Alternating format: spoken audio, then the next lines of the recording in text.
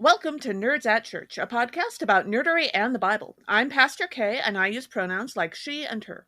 And I'm Pastor Emily, and my pronouns are they, them, theirs. And I'm Angela Kordahl Rapp, and my pronouns are she, her. In this episode, we'll discuss the seventh Sunday after Epiphany, also known as Lectionary 7, which this year falls on February 20th.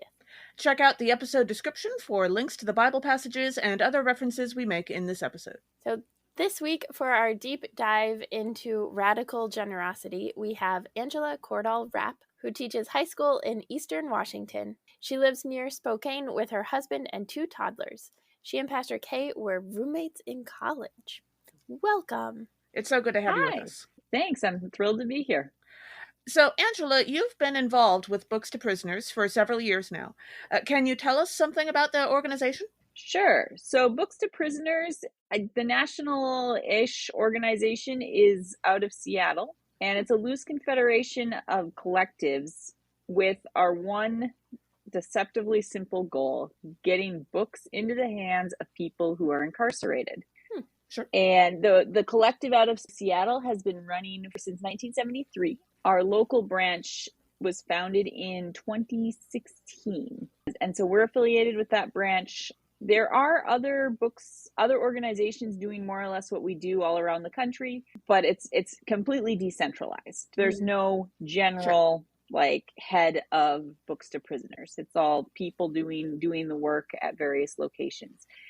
And our group in Spokane started out of the basement of some activists a few years ago. Most of the founding members have moved out of town, but we still keep reforming a core group of volunteers, and we get together as often as we can to select and package books to mail to people in prison. Nice. Cool. So you said it's a deceptively simple goal. Is it just that makes it seem like it's way more complicated than simply picking out books and mailing them to people in prison? Also, I've seen that look on Angela's face before, and I think it means trouble, but... No, not really. No, it both is and is not simple. So on the one hand, what we do is very simple. We get letters from people who have heard about Books to Prisoners. Mm-hmm. They ask for books, and we choose the books from our collection of donated materials, and then we send them to them. How it gets complicated is that prisons are really restrictive in what you're allowed to send people. Mm-hmm. They do not want people to have books. It's basically what we can figure out. So some prisons don't allow hardcovers. Many prisons do not allow used books. And so that's not really our area. If they don't allow used books, we can't send it to you because we're not buying the books. That would overwhelm all of our budgets very quickly. Right. That's a really common difficulty. You can't have anything with maps because it might help people plan escapes. There's certain kinds of carpentry books that will, for whatever reason, get rejected. Again, it might help you plan escapes. I don't know. Sure. So it's a real. There's a lot of rules for what books can go into prisons and how they can get into prisons, and if you're allowed to send them, if you're not actually a bookstore or ideally Amazon. Amazon really seems to have a lock on the market because mostly books from Amazon you can get through, but not necessarily other ones. Interesting. It is. I know I've heard a lot about the different monopolies that companies can have when it comes to people who are incarcerated, whether it is the companies who provide telephone services and how much it costs to make phone calls, but also getting pads and menstrual supplies. And that's a lot. So how did you get involved with Books to Prisoners? Well, we moved to Washington in 2015. And I had been involved in various organizations in our previous home in Kansas, and I was looking for some way to get involved in radical relief efforts when we moved here. And we went to an Earth Day festival, and there were two people at a table with a bunch of books saying, "Hey, sign up here." And I got very excited. They said that I was more excited than anybody they'd ever seen because I love getting books to people. It's, I'm an English teacher. Getting books to people is literally my job. And then I am really passionate about the rights of people in prison to still be alive, to still have dignity, to still be able to have a life of the mind, be human. So I was really excited about an organization that combined those things. Yeah, sure. That's awesome. I think I'm also remembering correctly that you are my former roommate who spent as part of her childhood thinking that bookshelves held the roof up of her childhood home. No, I don't think so, but it could have. No, but it could well have been. Oh, maybe that was your brother. That could be. Yes, that's entirely possible. We have a lot of books, and now between me and my husband, we still have a lot of books. Yes. When we moved to Washington, I do not doubt that. Actually, we hired some. We moved ourselves, but we hired some movers to help us get into our new house. And they got to the back of the truck, and they're just looking at the back of the truck, and they're like, "Hold on, are all of those boxes books?" Like, oh yes. There's a reason we are paying you to do it. Yeah. That was our position, but they said they've never seen that many books in a single house. I said, well, give us time. Well, now I have so many kids' books as well. Sure. It's really and those multiplied. Need bigger boxes. Yeah. I do. Yeah. So what kind of books tend to be the most popular? What can access to all these books do for the prisoners? Well, the books that are the most popular are history, especially African American studies, for reasons that I think are clear. Fantasy novels are really popular. I mentioned earlier that how-to guides. We get a lot of requests for how-to guides, mostly from people who want to develop some kind of a skill that they can use once they're released.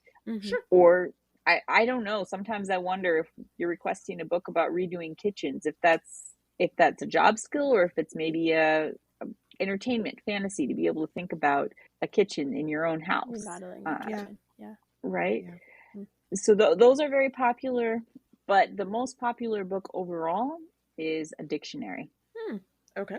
Because so many people who are incarcerated have a very low educational level, and it's not 100%. It's not that it's not 100% correlation or anything.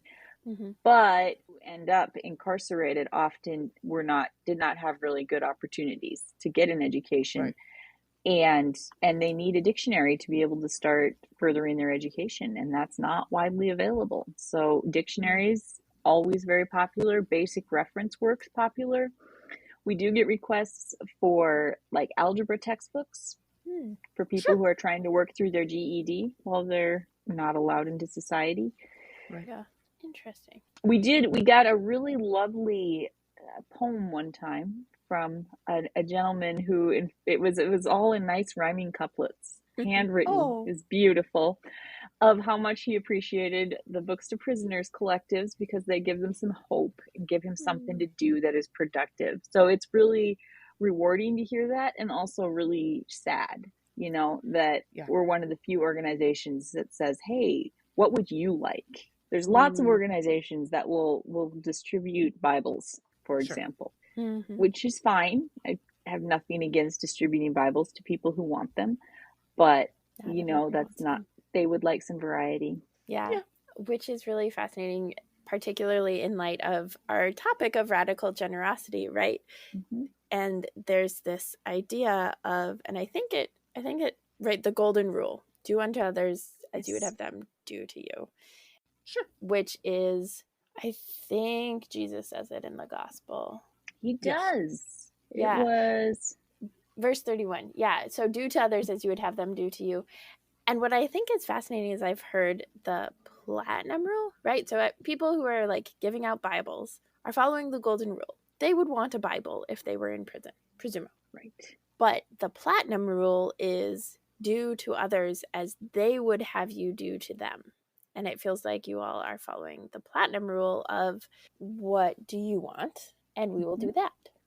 Yes. Which is a beautiful, flipping. Although, as previously discussed on a long past previous episode of this podcast, Emily and I have slightly different interpretations of the golden rule, in that I think that do unto others as you would have them do unto you means that you wouldn't give someone a football if they're not interested in football, because that means that you're giving them something they're not interested in, and you wouldn't want them to do that to you. Yes, we interpret a little bit differently. Sure. So as we're talking about radical generosity too, and especially connected with our Genesis reading, which can be a complicated reading around forgiveness and the role of God in bad things happening, I'm curious what role you see generosity or goodness or care, like with books to prisoners, has in terms of the criminal justice system in particular. Absolutely. One of the things for me that I've had to work through is the idea that most of the people we're sending books to, most of them are guilty, right? Yeah. Most of them have done something, they've done something probably pretty bad that I would say is a wildly immoral thing. Not everybody. We all know that there's vast injustices within the criminal justice system. There are other people who have done the same things who have not been punished because of whatever privilege they may have. Mm-hmm. But, you know, most of the people that are in there long enough for there to be time for us to get the letter and respond to it and go through all these different levels, they've probably done something bad, and they still deserve to get books. Mm-hmm. They're still humans. They still have dignity, and no one is beyond that redemption. We don't ask anything about what people have done. That is irrelevant to our considerations. So it's not our mission to interrogate your past. So it is our mission to get books to people so that they can have books. We think everybody should. Sure. Yeah. And, you know, I look at the Luke passage also, and it says, you know, not just to do good to nice people. Mm-hmm. Yeah. And some of the people that we're trying to do good to probably aren't nice people, and some of them probably are, you know? Mm-hmm. Yeah. And when you think about the radical generosity too, I found out one of my former students was incarcerated, and I was shocked. I am sure that for this particular person, there were other ways that I don't know exactly what he did. I am absolutely 100% confident, knowing this person, that there were other ways the justice system could have dealt with whatever he did. Okay. He was a really good kid, and I was just absolutely blown away. So anyway, I asked his sister, well, can you find out what books he would like, and I'll send them to him? Because I was thinking I was just going to send him like what I would want to read. Mm-hmm. But he wanted books on marketing. He wanted books because that's what he was studying in college, and he asked that if I could send him some books on marketing. Sure. I discovered he was only allowed to have 10 books. That's it. He's not allowed to keep pieces of paper. Just 10 books. That's all he can have in his cell, and that appalled me. I thought that is horrifying. But anyway, that's part of that radical generosity, part of respecting what other people want too. Sure. And acknowledging that dignity, that you get the books you want, not the books that I want you to have or that I think you should be reading. Yeah. So if a prisoner can only have 10 books and they want to trade one out for a different one, is the book usually destroyed at that point, or can they be traded or sent back to you? That's a really good question. Certainly nothing is sent back to us. Okay. So I have no idea what happens to those other books. Every prison, as far as I can tell, has a little bit different rules too. So we don't, in my branch, we don't deal with that as much. In Seattle gets the letters for the most part. They know more about the individual prisons, and they screen them a little bit and then send them to us. And then they'll sometimes say no hardcover, or can't remember. There'll be some notes about what we can and cannot send to various prisons, but we don't deal with that part. That's above our pay grade. Sure. Well, and so I know we mentioned this a little earlier, but there are some kinds of books you're not allowed to send. Are there also like specific books that are banned, or something like that? Yeah, I read a lot about that. I've heard about that. That's not something we've really encountered, that there are specific books. Okay. It's more, we do get a lot of requests for lesbian erotica. Sure. Not to women's prisons. Yeah. And we are not allowed to send that. Okay. We had a request for Mein Kampf. Yep. Which we decided as a collective that was too far, and we were not sending Mein Kampf. We found that there was also a request for Norse mythology, which, you know, Norse mythology is fine. When you combine it with, I would like Norse mythology and Mein Kampf, that did raise our eyebrows. Yeah. We decided that we could not provide that. That was too far beyond our mission. Yeah. But even then, we didn't decide not to send anything. We just decided we were not going to promulgate Mein Kampf. Yeah. So there are limits to all generosity, I guess. But well, sure. Yeah. But the book banning issues that have come up the most are the categories of books, right? But then also the prohibitions on used books, which are ruinous. I mean, if you think about, do most people who have family members in prison, is a $40 order from Amazon, that might be a considerable, a considerable burden, right? And if that's the only way you can get books to them, it's a problem. Yeah. I remember reading an article about that brief stint in jail that Paris Hilton did a million years ago now. And, well, she was surprised because she wanted to take some books with her, and they wouldn't let her bring the books that she already had into the prison, and so she had to order new while she was there. Yeah. And, of course, for her, that was not a problem. She had money. But in the article, it did briefly mention the fact that for a lot of people, that wouldn't be an option. So Yeah. And I can see how it's justified, right? That if it's a used book, it's more likely to be written in. It's more likely that somebody could have written in it some like secrets or notes or whatever. It's more likely that somebody and could scanning hide them something takes forever. into it, in it, like all of that stuff. And yet, it feels like an excuse for we want to limit access. Definitely that. Yeah. Washington State briefly put that rule into practice, but I'm very proud Books to Prisoners, which is, again, people really don't want to go on the record saying they actually don't want prisoners to have access to educational material. Yeah. Okay. People, once you push it, people don't want to go on the record with that for the most part. And so we were able to get that rule lifted in Washington, and we're again allowed to send used books to people in our state. Wow. There was a really pernicious, I think it was in Pennsylvania a couple years ago.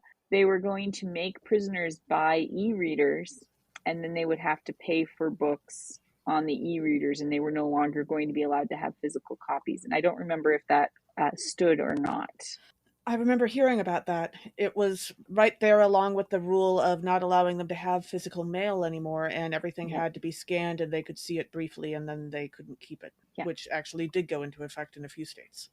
It's just horrifying. I think about how much I treasure, my birthday cards from my grandma who has passed, right? Being able to hold that thing that she held. Or drawings from your kids. Yeah, exactly. And how just dehumanizing and awful to deny that small connection with humanity.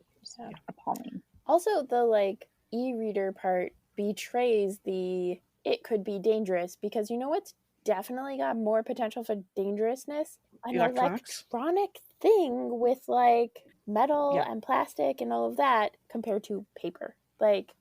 In terms of physical potential. Yeah.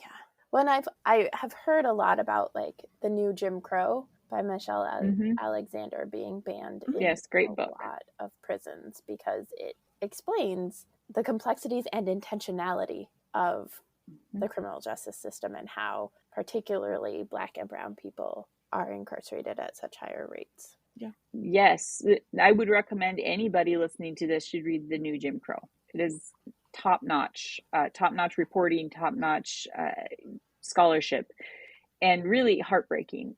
I know I had read that about the time I went to see a prison production of Titus Andronicus, the Shakespeare play. That is an interesting combination. Okay.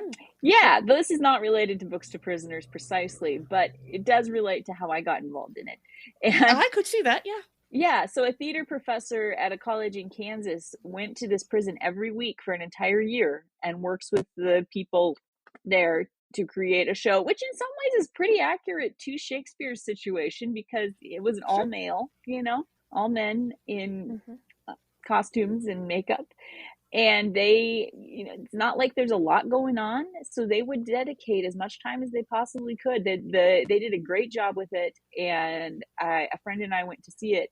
but it was really astounding to be in that prison in Kansas, because Kansas is not noted for its diversity. It should be more noted than it is. It's not nearly as white as its leaders would have you believe, and people who live there sometimes want to believe. And the restricted voting rights would have you believe.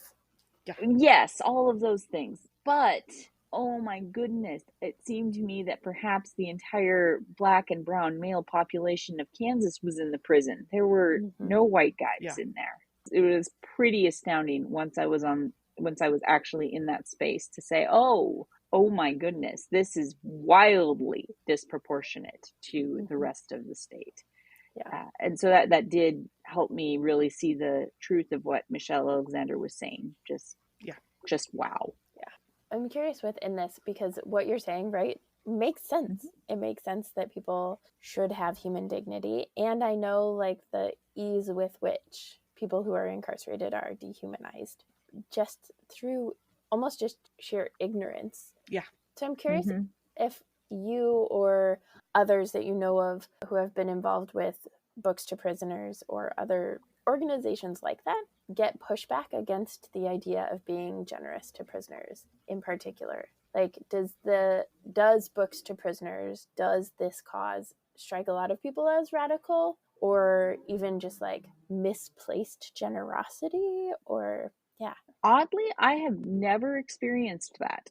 And I have never heard that from anyone. I was a little surprised. A couple of times I've announced fundraisers at my church where I wouldn't say people are radically concerned with the dignity of people in prison, but there's something about the simplicity of the mission that really does not create much pushback. Now, I wouldn't say a lot of people get really excited about it, but at the same time, the idea that you're getting books to people, which are educational, I mean, they're not all educational, like strictly speaking, but that seems reasonable to most people, which is always a little heartening to me. Yeah. That's awesome. And when you think about the sheer percentage of people at this point in our country who have been incarcerated or know people who are incarcerated, I mean, it would be rare to find a family at this point, even a quite wealthy and privileged family, where no one had been incarcerated. So I think the sheer size of our prison industrial complex does lead to a little bit more sympathy than might have been true at some points in the past. Yeah, I can see that. So how can people get involved with Books to Prisoners? Well, if you live in Washington, you can look around for an affiliate of Books to Prisoners. There's the Prison Book Project is another very similar organization. If you know people who are incarcerated, it would be a good deed to ask them or ask their family members, what would you like? Can I help you get some books? That would be probably very, very appreciated. Another thing that we've done in the past, we take books to our juvenile detention facility, where it's not, sometimes we do get specific requests, but we just bring boxes of books in and let them use them how they will for young adults who are, or not young adults, juveniles, right? Kids under 18, so that they have something, again, productive that they can do and hopefully entertaining while they are locked up. But if you want to start an affiliate, if you think this is a mission I really want to get involved in, you can contact me. I'll see what I can help you out with. And there's a lot of need. There are a lot of people who would like to get some books. Yeah, that's awesome. Great. And we'll include links to Books to Prisoners and the Prison Book Project in our episode description for folks too. Perfect. Many publishers will have a system where you can, or bookstores will have drives where you can send a book to a prisoner as well. So there would be a lot of different ways that you can offer that bit of dignity to people. That's awesome. And maybe support your local indie bookstore if you have one. Also that. Yeah. There's a book place in Baltimore that is like books for free.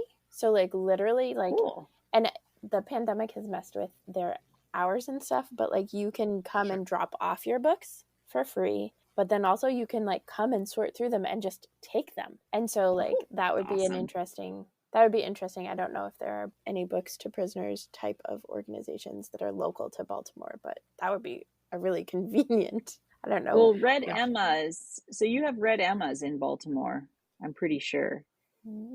which I think they have some kind of a prison book project also. You know, Red Emmas would be named for, Emma Goldman, our patron saint, of course. I have an Emma Goldman on my refrigerator, and my daughter can point at it and say, Emma, Emma. Makes me very proud and happy.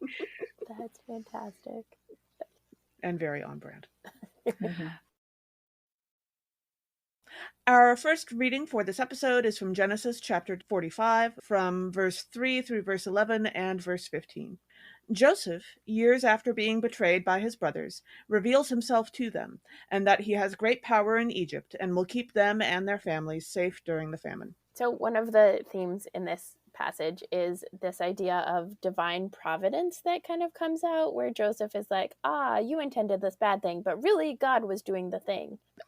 And I think it gets really tricky because people will say that a lot and like put on God what is actually human, or put on God like God's ability to work within the terrible situations that humans create does not mean that God creates those situations, right? And so I always feel like I need to push back against Joseph some on this, but it also feels like one of those like time travel loops where like those are so exhausting. Right, in the like Doctor Who episode about the Weeping Angels, like the first time the Weeping Angels are really big, with Martha in the Martha Jones time period, where it's like the wibbly wobbly timey-wimey ball of stuff. Or in the third Harry Potter, right, where like the situation only happens in the right order because somebody has already gone back to make it in that order, but if they hadn't have made it through, then they couldn't have gone back, and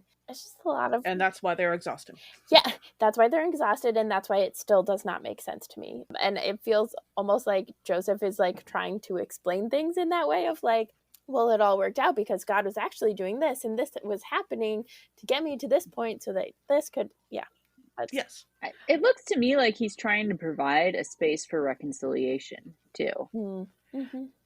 I mean, his brothers were terrible, but his dad also kind of contributed, right? I mean, yeah, he was not helping the brothers. He's a terrible father, right? By favoring, he's got his favorite wife, and the favorite wife's children, they're the good children, and all the others. I mean, he acknowledges them, but they're basically he almost treats them like illegitimate offspring. Yeah. And here Joseph has made it. He's the one who's really successful now, and he's offering them a way to say, well, we can go forward. Maybe we can still be brothers, even if this isn't specifically true.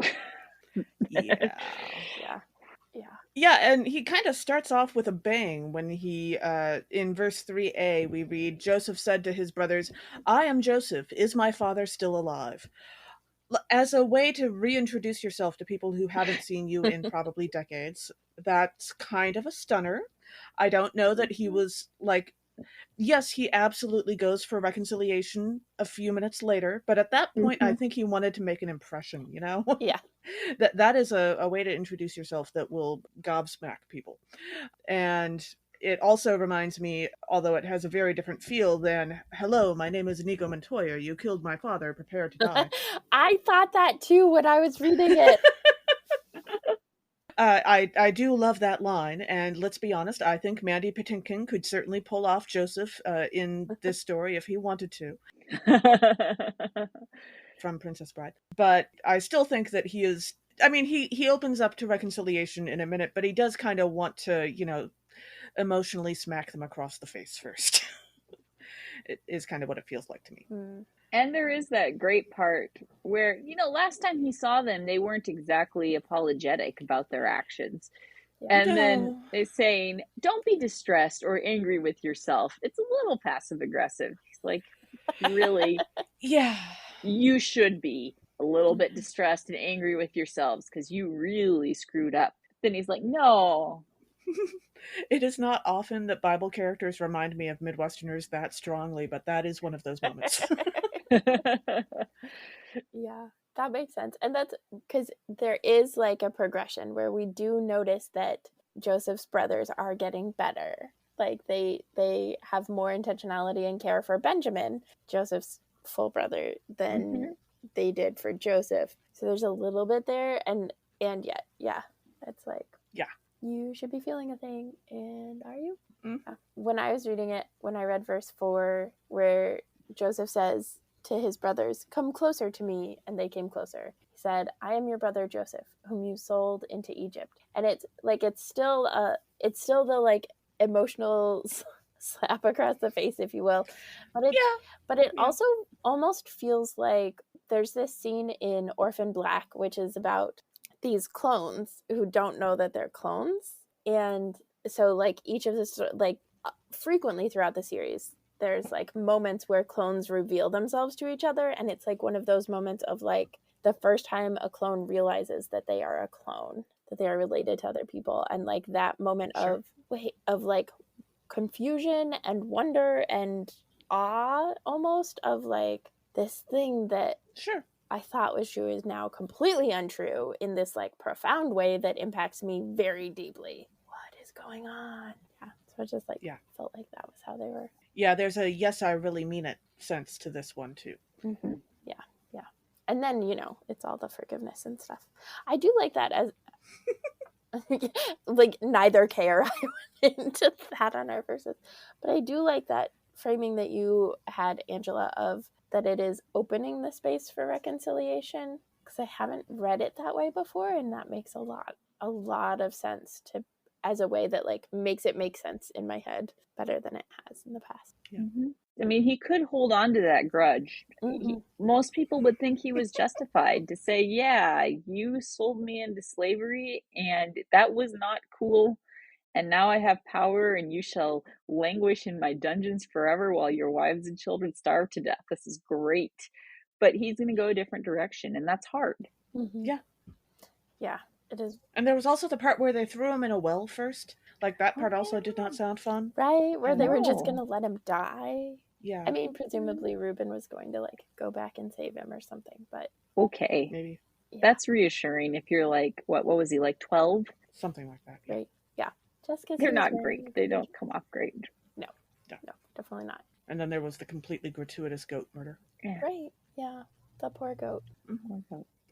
Anyway, our second reading for this episode is 1 Corinthians chapter 15, verses 35 through 38 and 42 through 50. Paul explains the resurrection of the body at the end of time to the Corinthians using various metaphors. So one of the metaphors is the idea of a seed, that the body must die in order to come to life. A seed dies before it brings forth new life. And that always reminds me of Archbishop Oscar Romero, who we did a deep dive with last year for Lent 5, but just a few days before his assassination, he was talking to a magazine reporter and said, "I need to say that as a Christian, I do not believe in death without resurrection. If they kill me, I will rise again in the people of El Salvador. If they manage to carry out their threats as of now, I offer my blood for the redemption and resurrection of El Salvador.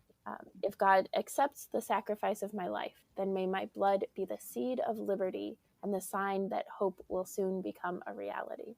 And I just love that. I think it happens a lot throughout history, right? People who are assassinated frequently have an idea that their life is in danger or that it is likely they will be assassinated. And so this framing of it as like giving birth to new life and new hope for a people is really powerful. Sure. Mm-hmm. Yeah, that is a wonderful quotation. Yes.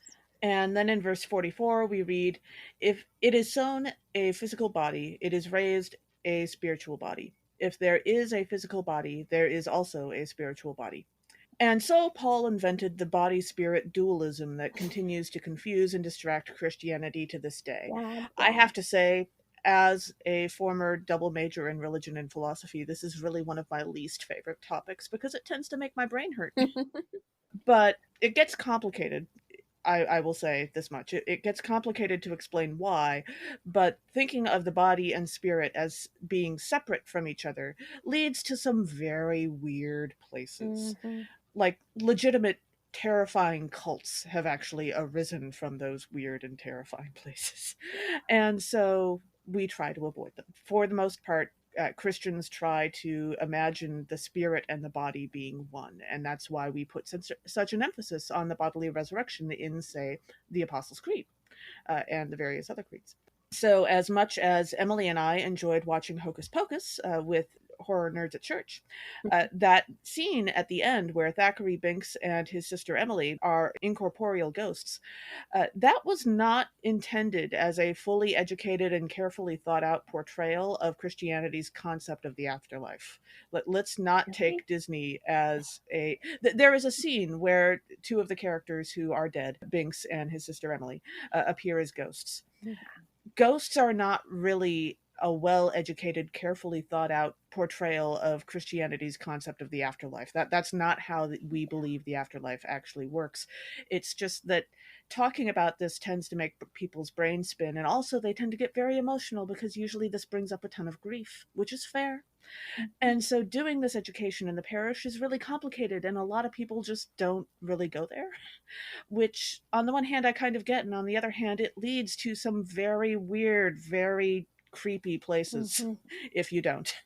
And so we may wind up doing a deep dive on that one day. Goodness knows there are a few places in the Bible where ghosts show up. But for the moment, I will just say that imagining that the body and spirit are separate goes to some weird places. Try to focus on them being the same thing, and that helps. Yeah. Is the short Yeah, answer. I was thinking this is one of those passages I really don't care for as well, because I grew up among people who really took the mind-body duality to heart and basically considered the body an annoyance that was around to make you sin. And, I've tried to grow out of that. But this time when I was reading it, I felt not as angry about that. I was able to put aside some of how it had been used and look at the ways that Paul acknowledges that we are embodied, that God gives it a body as he has chosen, that the body is also from God. Yeah. Right. It is sown in dishonor. Well, that's not very helpful in verse 43, but it is sown in weakness. It is raised in power. Our bodies do have weaknesses, right? That's a reality. And with our collective effort, we can sometimes overcome those weaknesses, right? And there is more in there. Yeah, and sometimes not. And I am actually totally on board with the concept of bodies being annoyances. Like, I am right there with that. Absolutely.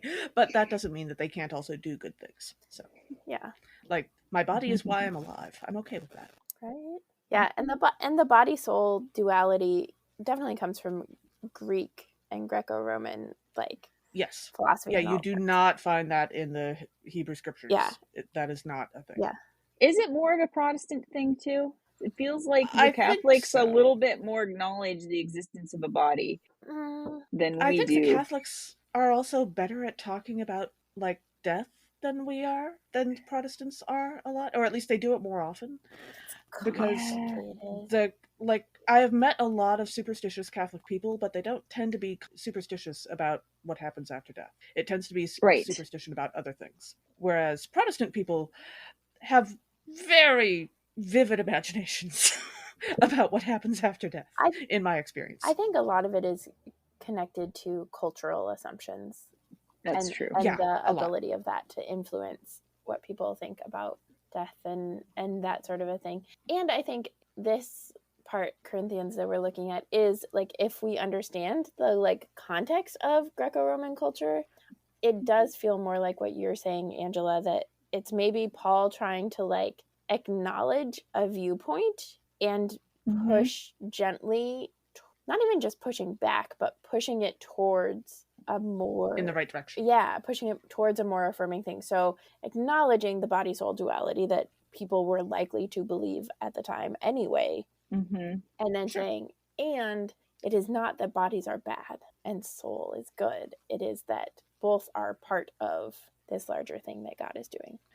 And that definitely goes along with, say, Dr. Beth Allison Barr's theory of how when Paul gives the household codes, he is actually citing cultural household codes from the time, and he is not saying that women should be subjected to men. He is saying that this is what the reality of the world we live in is, and then he gives a contrasting option for how to live. Yeah, I think Paul does that a lot more than we necessarily educate people about or give credit for. Yeah. The most recent theological book I read was, or I guess it's not a theological book, but was Karen Armstrong's biography of the Bible. Oh, sure. It is. I thought that work. was really great. The way she contextualizes how each of the books in the Bible come to be, and then how we get this canonical set, that these things weren't exactly necessarily scripture when they were written, Right. Right. Yeah. They're specific documents with rhetorical situations that then have been used in different ways over history. And it helps me be less mad at Paul. It really does. Yeah. I'm like, okay, you were writing in your time and place. You had some issues too. We all do. Yeah, I think we made that comment in a recent episode, and that is part of why I've been getting less angry at Paul as I get older, because you realize that these are letters that he was writing to Bob. He knew Bob. He knew what Bob needed to hear, and he knew how to phrase it so Bob would understand, or whatever the name was, that's fine. And there were going to be like little additions and sidebars and stuff in these letters that weren't necessarily about the big theological concept, and were instead like referencing a joke Bob told 6 weeks ago or something. And if you acknowledge that, Paul makes a lot more sense and makes me a lot less angry. Yeah. And I think that that's important, and that has been helpful for me as well. Is like, okay, grain of salt. I don't understand. This was oral for decades and then written down and then canonized. Like, just the process has been, and our process takes it out of context so easily. Sure. Speaking of taking it out of context and putting it into our context, in verse 48, we read, as was the person of dust, so Adam, the man of dust, so are those who are of the dust. And as is the person of heaven, the man of heaven, Jesus, so are those who are of heaven. And this reminded me of glitter ashes, and which is like, spoilers, definitely check out our Transfiguration episode if you want to dive deeper into glitter and or glitter ashes, because we do both. Yes. But when I have done imposition of ashes and it's been glitter ashes, part of what I have said, like the way that I have adjusted what I have said is, you are dust and you are stardust, and to the cosmos you shall return. And this idea that, like, yes, we are like of the earth and mortal and like perishable and grounded potentially, but we also are like this sparkly, glittery stardust that's scattered across the cosmos. And both of those things, right? It's this duality, but both of those things are held together as true in the same sentence, in the same person's quote. Although I have to admit that I think that possibly some of us have a slightly higher percentage of trace elements from meteorites in our bones and so forth than others. So maybe some of us are a little more stardust and some of us are a little less. Although, of course, we'll never know. That is true, although we can't all be Supergirl. No, and that's probably good. I guess. Like, imagine having to deal with the ethics of having those powers every day. That's a lot. That would be a lot. Our gospel reading for this episode is from Luke chapter 6, verses 27 through 38. Jesus preaches on the centrality of love, generosity, and resistance. So one of the themes in this passage that comes out particularly when we talk about turning the other cheek or giving extra clothing is creative engagement. So turning the other cheek actually is a creative resistance and flips the dynamic of the situation, where it goes from something that is dehumanizing or dishonoring to something that is honoring. I think we've talked about this in the past, and we'll talk about it again, I am sure. But the example that it made me think of is in West Wing. I think it's the third or fourth season, when President Bartlett, it's after Zoe has been kidnapped and returned, but President Bartlett just has not had a lot of power and has been struggling because of the trauma of his kid getting kidnapped. And the Speaker of the House and the Republicans who control the House are trying to take advantage of that. And so the Speaker of the House and the President are in like this power struggle thing, I think over the budget and over like figuring out a budget deal. And so at one point, President Bartlett is just like, well, we'll go over there. And they're like, no, you can't do that. It's like, it will look like he has all the power. And they do it anyway. They drive partway there. He like gets out. He's talking to people. He's like walking to the Capitol building. Yes, I love that scene. And shows up, and the Speaker of the House is like, we'll be with you in a minute. And so, like, the news crews and because they did not see that coming. Yeah, they were not prepared for it. And the news crews and everybody is there with the president, and they're like waiting around. They probably wait around for like a few minutes, not a lot of time. But, and in the meantime, you can see all the Republicans being like, no, what do we do? What do we do? And the Speaker is in over his head and is like, no, we can't go out there until we have a plan. And by the time they figure out like a tentative plan, the president is like, well, I tried, and leaves again. And so then they open the door and nobody is there. And the power has shifted completely because they are the ones who would not open the door for the president, who would not communicate, who would not negotiate. And so that flips it so that the president then is able to. Mm-hmm. That was beautiful. It's fantastic. It's one of my favorite parts of The West Wing. Yeah. And then in verse 29, as we get into the verses, we read, if anyone strikes you on the cheek, offer the other also. And from anyone who takes away your coat, do not withhold even your shirt. So both of these are actions that then put the dishonor onto the other person. Yeah. Or put the honor onto yourself. So turn the other cheek brings honor to yourself if they smack you again. And being naked, right? Not withholding even your shirt. So stripping naked actually puts the dishonor not on you, but on everyone around you who has allowed someone to be naked and without clothing, which is not okay thing. But the thing that it reminded me of is the scene in Elf where, so Elf is there and trying to figure out like, oh, we're going to have such a fun day, Dad. And Walter Hobbs, of course, is having none of it and is like, no, I have to go to work. You stay here. And then is also like, and if you're staying here, you should think about getting rid of the costume, meaning Elf's Buddy's clothing that he's worn his entire life. She's like, lose the tights as soon as possible. But he's like, as soon as possible? And Walter says, as soon as possible. And so Buddy immediately pulls down his like pants tights thing right as Emily, Walter's wife, walks in, and screaming ensues. And yeah, because if you get what you asked for, that's not always what you were. Yep. But it's a good like flip of like, okay, be careful with your words, pay attention to what you're saying. Absolutely. And perhaps especially if there's some cross-cultural communication going on there. Elf is one of the movies that one of my friends, when she was an English teacher, would use that to talk about cross-cultural interactions and stuff, because it's such a great job, because Buddy is so not aware of New York culture and then is just dumped into it. And then in verse 38 we read, give and it will be given to you. A good measure, pressed down, shaken together, running over, will be put into your lap. For the measure you give will be the measure you get back. And I've said in a fairly recent episode that this is actually one of my favorite Bible verses because of the imagery. It's not just that God gives love to us. It's not just that God gives love to us generously, but it's that God gives love until it's overflowing and then presses it down and then keeps giving love to us. That's how generous that is.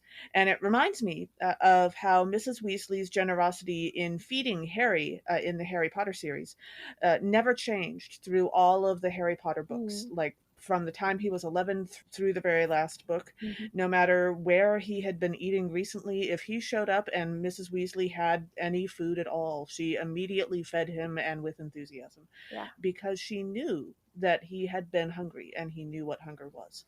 And so she would always be extra generous with him, no matter what her relationship or argument with the other people around at the time was. And I have always deeply appreciated that. I love that. Yeah, I was reading this and I was like, a good measure of what? I don't like, it totally was like not connecting with me, but I love that imagery of. Oh, yeah, I guess I've always pictured it as grain. That's what I was. A good measure of grain. Yeah. But yes. That's kind of where I got, but then I was like, are we like patting it down? What?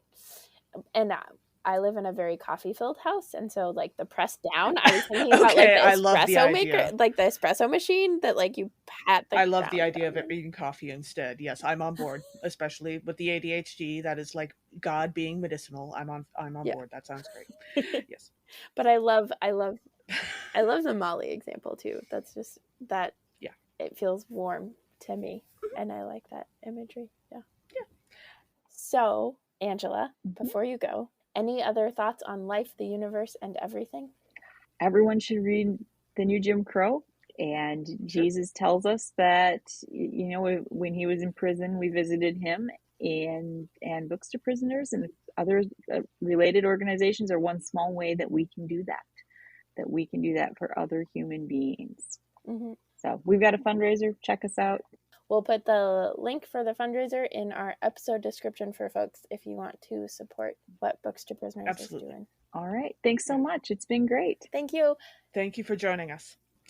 Thanks for joining us. Catch us next time when we'll discuss nerdery connections to the scripture readings for Transfiguration Sunday with our special guest, Emily Ann Garcia. This podcast has been produced by us, Kay Rohloff and Emily Ewing. For more fun, check us out on Twitter and Facebook at Nerds at Church, or contact us at nerdsatchurch@gmail.com. Also, if you like what you've heard, rate us or leave us a review on Apple Podcasts, Facebook, or wherever you catch your podcasts. If you want access to our uncut guest episodes and interviews, live Q&As, or just want to support the work that we do, you can support us on Patreon at patreon.com/nerdsatchurch. As the ancient Christian said, Pax Vobiscum.